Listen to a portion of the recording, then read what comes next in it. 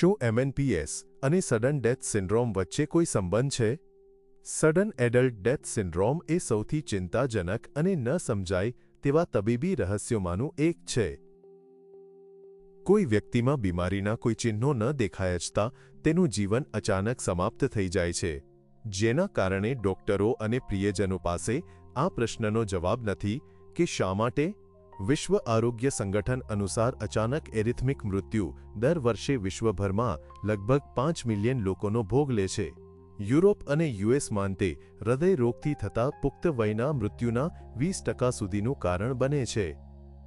પરંપરાગત રીતે મુખ્ય કારણો છુપાયેલા હૃદય રોગ, કોરોનરી ધમની રોગ, એરિથમિયા કાર્ડિયોમાયોપેથી છે. પરંતુ તાજેતરના વર્ષોમાં સંશોધકોનું ધ્યાન એક નવા જોખમ પરિબળ સૂક્ષ્મ અને નેનોપ્લાસ્ટિક્સના સંપર્ક તરફ વધુને વધુ દોરવામાં આવ્યું છે. નેનોપ્લાસ્ટિક્સ કેવી રીતે પ્રક્રિયાઓને ઉત્તેજિત કરી શકે છે જે અચાનક મૃત્યુ તરફ દોરી શકે છે તે સમજવા માટે ચાલો યાદ કરીએ કે તેઓ શું કરી શકે છે. જેમ આપણે જાણીએ છીએ, નેનોપ્લાસ્ટિકનો સૌથી વિનાશક ગુણધર્મ તેની સપાટી પરનો ઇલેક્ટ્રોસ્ટેટિક ચાર્જ છે, જે આ કણોને કોષો વચ્ચે વિદ્યુત આવેગના પ્રસારણમાં દખલ કરવા અને અંગો અને સમગ્ર શરીરના કાર્યનું સંકલન કરતા સંકેતોને વિકૃત કરવા દે છે. અને કારણ કે આ જ ઇલેક્ટ્રોસ્ટેટિક ચાર્જ દરેક કોષમાં મિટોકોન્ડ્રિયલ કાર્યને પણ વિક્ષેપિત કરી શકે છે. ઊર્જાની ઉણપબળતરા અને અંતે કોષ મૃત્યુ તરફ દોરી જાય છે. સૌથી મોટો ભય સૌથી વધુ ઊર્જાનો વપરાશ કરતા અંગો મગજ અને હૃદયમાં ઉદ્ભવે છે, જ્યાં આવા વિક્ષેપો અચાનક મૃત્યુ સિન્ડ્રોમને ઉત્તેજિત કરી શકે છે. આપણું મગજ ચોક્કસ વિદ્યુત આવેગ દ્વારા શ્વાસ અને હૃદયના કાર્યને નિયંત્રિત કરે છે. જો નેનોપ્લાસ્ટિક આ સંકેતોને અવરોધે છે અથવા વિકૃત કરે છે, તો હૃદય ધબકવાનું બંધ કરી શકે છે અથવા શ્વાસ લેવાનું બંધ કરી શકે છે. અને આ ભંગાણ અચાનક નથી, તે ધીમે ધીમે વિક્ષેપોના સંચયથી પરિણમે છે. એટલે કે મગજના રક્તવાહિની કેન્દ્રમાંથી સંકેતો વધુને વધુ વિકૃત અને અસ્થિર બને છે. ધીમે ધીમે હૃદયના સ્નાયુમાં વિદ્યુત આવેગના પ્રસારણને અવરોધે છે. જ્યારે આ શરૂઆતમાં એરિથમિયા તરીકે દેખાય છે, હૃદય ખૂબ ઝડપથી, ખૂબ ધીમેથી અથવા અનિયમિત રીતે ધબકતું હોય છે. આ ખામીઓ વધુ ખરાબ થાય છે અને આખરે એક મહત્વપૂર્ણ થ્રેશોલ્ડ પર પહોંચે છે, જ્યાં લય તૂટી જાય છે અને હૃદય બંધ થઈ જાય છે. નજીકના લોકોને તે તાત્કાલિક લાગે છે, પરંતુ વાસ્તવમાં નિષ્ફળતા લાંબા સમયથી સમય જતાં વિકસી રહી છે. આવી જ પ્રક્રિયા શ્વાસને અસર કરે છે. મગજના શ્વસન કેન્દ્રમાંથી સંકેતો નેનોપ્લાસ્ટિક્સના પ્રભાવ હેઠળ ઇલેક્ટ્રોસ્ટેટિક ચાર્જ ધીમે ધીમે વધુ અનિયમિત બને છે.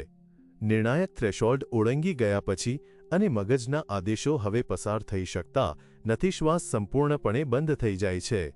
બીજા શબ્દોમાં કહીએ તો અચાનક મૃત્યુ એ હૃદય અને શ્વાસના ધીમે ધીમે અવ્યવસ્થાનું અંતિમ પરિણામ છે. એક પ્રક્રિયા જે શાંતિથી આગળ વધે છે જ્યાં સુધી તે પાછા ન આવવાના બિંદુને પાર ન કરે. અને જ્યારે આપણે ભવિષ્ય માટે યોજનાઓ બનાવતા હોઈએ છીએ, ત્યારે નેનોપ્લાસ્ટિક્સ આપણા શરીરના કોષને દિવસેને દિવસે નુકસાન પહોંચાડતા રહે છે. નેનોપ્લાસ્ટિક્સ માનવ શરીરને કેટલી ગંભીર અસર કરે છે તે સમજવું ભયાનક છે. તેનાથી પણ વધુ ચિંતાજનક હકીકત એ છે કે આપણે તેમના સંપર્કને નિયંત્રિત કરી શકતા નથી. આપણે શ્વાસમાં લઈએ છીએ તે હવા, પીએ છીએ તે પાણી અને ખાઈએ છીએ તે ખોરાક દ્વારા નેનોપ્લાસ્ટિક્સ આપણા શરીરમાં સતત પ્રવેશ કરે છે. આ આપણી રોજિંદી વાસ્તવિકતા બની ગઈ છે. આજે આપણે જાણીએ છીએ કે નેનોપ્લાસ્ટિક્સ આપણા મગજમાં શ્વાસ અને હૃદયના ધબકારા માટેના નિયંત્રણ કેન્દ્રોને વિક્ષેપિત કરી શકે છે, જેના કારણે એરિથમિયા, બ્રોન્કોસ્પેઝમ અને પલ્મોનરી એડીમા થઈ શકે છે, જે અચાનક મૃત્યુનું કારણ બની શકે છે. છતાં વધુ ચિંતાજનક બાબત એ છે કે આપણે હજુ પણ કેટલું ઓછું જાણીએ છીએ. નેનોપ્લાસ્ટિક્સ પર સંશોધન હમણાં જ શરૂ થયું છે અને આપણે આ ખતરાના સાચા પાયાને સમજવાનું શરૂ કરી રહ્યા છીએ. પરંતુ ભૂલશો નહીં, મેં અત્યાર સુધી જે કંઈ સાંભળ્યું છે તે બધું વિજ્ઞાન કલ્પના નથી. આ ખરેખર ઇલેક્ટ્રોસ્ટેટિકલી ચાર્જ્ડ નેનોપ્લાસ્ટિક્સ દ્વારા શરૂ થતી જૈવિક પદ્ધતિઓ છે. તે આપણા શરીરની દરેક સિસ્ટમ પર હુમલો કરે છે, ક્રોનિક બીમારીઓમાં ફાળો આપે છે અને અચાનક મૃત્યુનું કારણ પણ બને છે. પરંતુ તેમની અસર વર્તમાન પેઢીથી આગળ વધે છે. આ નેનોપ્લાસ્ટિક્સ પહેલાથી જ આપણા બાળકો અને દુનિયામાં નવું જીવન લાવવાની આપણી ક્ષમતાની અસર કરી રહ્યા છે. સૂક્ષ્મ અને નેનોપ્લાસ્ટિક્સ પ્રજનન સ્વાસ્થ્યનો નાશ કરે છે. વર્તમાન વૈજ્ઞાનિક પુરાવા મજબૂત રીતે સૂચવે છે કે માઇટોકોન્ડ્રિયલ ડિસફંક્શન પુરુષો અને સ્ત્રીઓ બંનેમાં વંધ્યત્વનું મૂળ કારણ હોઈ શકે છે, તેમજ ગર્ભધારણ, ગર્ભાવસ્થા અને ગર્ભ વિકાસ પર નકારાત્મક અસર કરે છે. પુરુષો માટે પ્રજનન ક્ષમતા પૂરતી સંખ્યામાં સ્વસ્થ શુક્રાણુ કોષો ઉત્પન્ન કરવા પર આધાર રાખે છે, જે ફક્ત ટકી રહેવા જ નથી, પરંતુ ઈંડા સુધી પહોંચવા અને ફળદ્રુપ થવા માટે પૂરતી ગતિશીલતા અને જરૂરી ઊર્જા પણ ધરાવે છે. તે ઊર્જા મિટોકોન્ડ્રિયામાંથી આવે છે, જે શુક્રાણુઓની ગતિ માટે જરૂરી એટીપી પ્રદાન કરે છે. જો કે જ્યારે મિટોકોન્ડ્રિયલ કાર્ય ક્ષતિગ્રસ્ત થાય છે અથવા અસ્થિર બને છે, ત્યારે શુક્રાણુઓની ગતિશીલતા ઘટે છે અને શુક્રાણુ કોષોના આકાર અને બંધારણમાં પણ ફેરફાર થઈ શકે છે, જે ગર્ભધારણ કરવાની ક્ષમતાને સીધી રીતે ઘટાડે છે. 1973મી 2018 સુધી પુરુષોમાં વૈશ્વિક શુક્રાણુઓની સંખ્યામાં 60%થી વધુનો ઘટાડો થયો છે.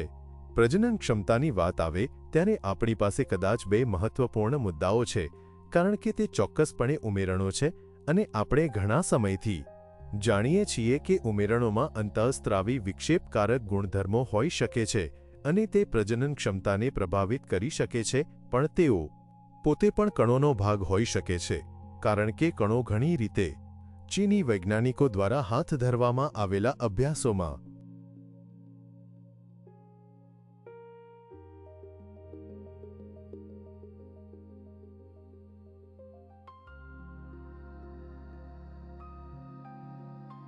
દરેક વીર્યના નમૂનામાં માઇક્રોપ્લાસ્ટિક મળી આવ્યું હતું. શુક્રાણુ કોષો પર તેની અસર ઝડપી અને વિનાશક બંને છે. સંપર્કમાં આવ્યાના માત્ર 30 મિનિટમાં મિટોકોન્ડ્રિયલ કાર્ય ખોરવાઈ જાય છે અને ડીએનએ નુકસાન શરૂ થાય છે. આ શુક્રાણુની કાર્યક્ષમતા ઘટાડે છે અને ગર્ભધારણ લગભગ અશક્ય બનાવે છે. પ્રાણીઓના અભ્યાસોએ દર્શાવ્યું છે કે સૂક્ષ્મ અને નેનોપ્લાસ્ટિક્સ વૃષણમાં એકઠા થઈ શકે છે, ટેસ્ટોસ્ટેરોનની ઉણપનું કારણ બની શકે છે અને શુક્રાણુજનનને બગાડી શકે છે. સૂક્ષ્મ અને નેનોપ્લાસ્ટિક્સ ઇરેક્ટાઇલ ફંક્શનને વિક્ષેપિત કરે છે. અપૂરતા ટેસ્ટોસ્ટેરોન ઉત્પાદન વંધ્યત્વ કામ વાસનામાં ઘટાડો, ઇરેક્ટાઇલ ડિસફંક્શન અને કિશોરાવસ્થામાં વિલંબિત જાતીય વિકાસ તરફ દોરી શકે છે. ટેસ્ટોસ્ટેરોન ઉત્પન્ન કરવા માટે એટીપીના રૂપમાં મોટી માત્રામાં ઊર્જાની જરૂર પડે છે. મિટોકોન્ડ્રિયામાં પ્રવેશતા ઇલેક્ટ્રોસ્ટેટિકલી ચાર્જ્ડ નેનોપ્લાસ્ટિકની થોડી માત્રા પણ તેમના કાર્યમાં વિક્ષેપ પાડી શકે છે અને એટીપી ઉત્પાદન ઘટાડી શકે છે. આ બદલામાં ટેસ્ટોસ્ટેરોનના સ્તરમાં 60મી 70% ઘટાડો કરી શકે છે. આવા ઘટાડાથી કોર્પોરા કેવર્નોસામાં રક્ત પ્રવાહમાં અવરોધ આવે છે, જે શિશ્નની રચનાઓ છે જે ઉત્થાન માટે જવાબદાર છે. પરિણામે ઇરેક્ટાઇલ ડિસફંક્શન અને અંતે નપુંસકતા તરફ દોરી જાય છે. વધુમાં ઇલેક્ટ્રોસ્ટેટિકલી ચાર્જ્ડ નેનોપ્લાસ્ટિક ચેતા આવેગ ટ્રાન્સમિશનમાં દખલ કરે છે, જેનો અર્થ એ છે કે જાતીય ઉત્તેજનાની સ્થિતિમાં પણ ઉત્થાન થતું નથી. ચીનની અનહુઈ મેડિકલ યુનિવર્સિટીના સંશોધન દ્વારા આની પુષ્ટિ કરવામાં આવી છે. ક્રોનિક માઇક્રોપ્લાસ્ટિક નશાવાળા પ્રાણીઓમાં ફક્ત 1 મહિના પછી ઇરેક્ટાઇલ ફંક્શન ક્ષતિગ્રસ્ત થઈ ગયું હતું. જાપાનમાં થયેલા એક રાષ્ટ્રીય અભ્યાસના પરિણામો દર્શાવે છે કે યુવા પેઢીમાં ઇરેક્ટાઇલ ફંક્શન અને જાતીય પ્રવૃત્તિ ઘટી રહી છે. જાપાનમાં દરેક ત્રીજો પુરુષ, જે લગભગ 14 મિલિયન છે, ઇરેક્ટાઇલ ડિસફંક્શનથી પીડાય છે. વધુમાં યુવાન જાપાની પુરુષો, ખાસ કરીને 20મી 24 વર્ષની વયના પુરુષોમાં જાતીય ઈચ્છામાં ઘટાડો, ઉત્થાન નબળું, ઉગ્ર ઉત્તેજના સુધી પહોંચવામાં મુશ્કેલી અને જાતીય સંતોષનું નીચું સ્તર જોવા મળ્યું. હકીકતમાં 20મી 24 વર્ષની વય જૂથમાં ઇરેક્ટાઇલ ડિસફંક્શનનો વ્યાપ 26.6% હતો, જે 50મી 54 વર્ષની વયના પુરુષોમાં જોવા મળતા 27.8% જેટલા છે. આ ચિંતાજનક વલણ ફક્ત જાપાન પૂરતું મર્યાદિત નથી. વૈશ્વિક સંશોધન પુષ્ટિ કરે છે કે ઇરેક્ટાઇલ ડિસફંક્શનના લક્ષણો વિશ્વભરમાં 75% જેટલા પુરુષોને અસર કરે છે, જે દર્શાવે છે કે આ સ્થિતિ વ્યાપક છે અને કોઈપણ પ્રદેશમાં કોઈપણ ઉંમરના પુરુષોને અસર કરી શકે છે. 1995માં વિશ્વભરમાં 152 મિલિયનથી વધુ પુરુષો ઇરેક્ટાઇલ ડિસફંક્શનથી પીડાતા હતા. વૈજ્ઞાનિકોના અંદાજ મુજબ 30 વર્ષમાં આ સંખ્યા લગભગ બમણી થઈ જશે. તો વિચારો, જો ફક્ત એક જ સિગ્નલ નિષ્ફળ જાય તો હલનચલન થશે નહીં, વિચાર આવશે નહીં અને લાગણી ઉત્પન્ન થશે નહીં.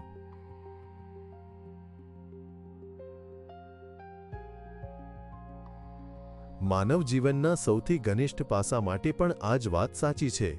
બધું ચેતા અને વાહિની જોડાણો વચ્ચેના ચોક્કસ સંકલન પર આધાર રાખે છે અને આ નાજુક જોડાણ જ ચાર્જ્ડ નેનોપ્લાસ્ટિક્સને વિક્ષેપિત કરે છે.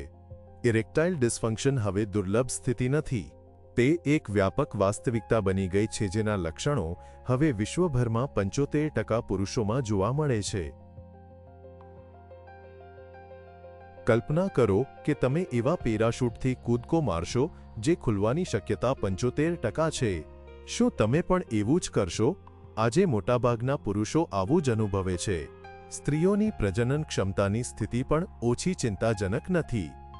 2025ના એક અભ્યાસમાં 18માંથી 14 સ્ત્રીઓમાં અંડાશયના ફોલિક્યુલર પ્રવાહીમાં માઇક્રોપ્લાસ્ટિક કણોની હાજરી બહાર આવી હતી, જેમાં સરેરાશ 2000મી વધુ કણો પ્રતિ મિલીલીટર હતા. આ માહિતી દર્શાવે છે કે સૂક્ષ્મ અને નેનોપ્લાસ્ટિક કણો રક્ત ફોલિકલ અવરોધને પાર કરી શકે છે. અંડાશયમાં પ્રવેશ્યા પછી સૂક્ષ્મ અને નેનોપ્લાસ્ટિક કણો ઈંડાકોષને અસર કરે છે અને સ્ત્રી પ્રજનન પ્રણાલીના સ્વાસ્થ્ય માટે જરૂરી મુખ્ય પદ્ધતિઓને વિક્ષેપિત કરે છે. આ પદ્ધતિઓમાંની એક સૌથી મહત્વપૂર્ણ મિટોકોન્ડ્રિયલ કાર્ય છે. દરેક ઈંડાકોષમાં 100,000 થી 600,000 મિટોકોન્ડ્રિયા હોય છે અને તેઓ જે ઊર્જા ઉત્પન્ન કરે છે તે દરેક તબક્કે મહત્વપૂર્ણ છે. ઈંડાકોષની રચના અને પરિપક્વતાથી લઈને ગર્ભાધાન સુધી અને ત્યારબાદ ગર્ભપેશીઓના વિકાસ અને વિકાસ સુધી. નેનોપ્લાસ્ટિક્સના સંપર્કમાં આવવાથી થતા મિટોકોન્ડ્રિયલ ડિસફંક્શન ઈંડાકોષની પરિપક્વતાને અવરોધે છે, સફળ ગર્ભાધાનની શક્યતા ઘટાડે છે અને ગર્ભના વિકાસમાં પણ અવરોધ લાવી શકે છે. પ્રજનન અંગોમાં નેનોપ્લાસ્ટિક્સનો સંચય વંધ્યત્વના મુખ્ય કારણોમાંનું એક હોઈ શકે છે. વિશ્વ આરોગ્ય સંસ્થા અનુસાર આજે લગભગ 17.5% પુખ્ત વયના લોકો એટલે કે વિશ્વમાં લગભગ 6માંથી 1 વ્યક્તિ વંધ્યત્વનો સામનો કરે છે. પ્લાસ્ટિક પ્રદૂષણના વૈશ્વિક ફેલાવાને ધ્યાનમાં રાખીને પર્યાવરણીય દવા અને પ્રજનન સ્વાસ્થ્યના પ્રોફેસર ડો. શાના સ્વાન આગાહી કરે છે કે 2045 સુધીમાં વિશ્વની વસ્તી સંપૂર્ણપણે વંધ્યત્વહીન થઈ શકે છે.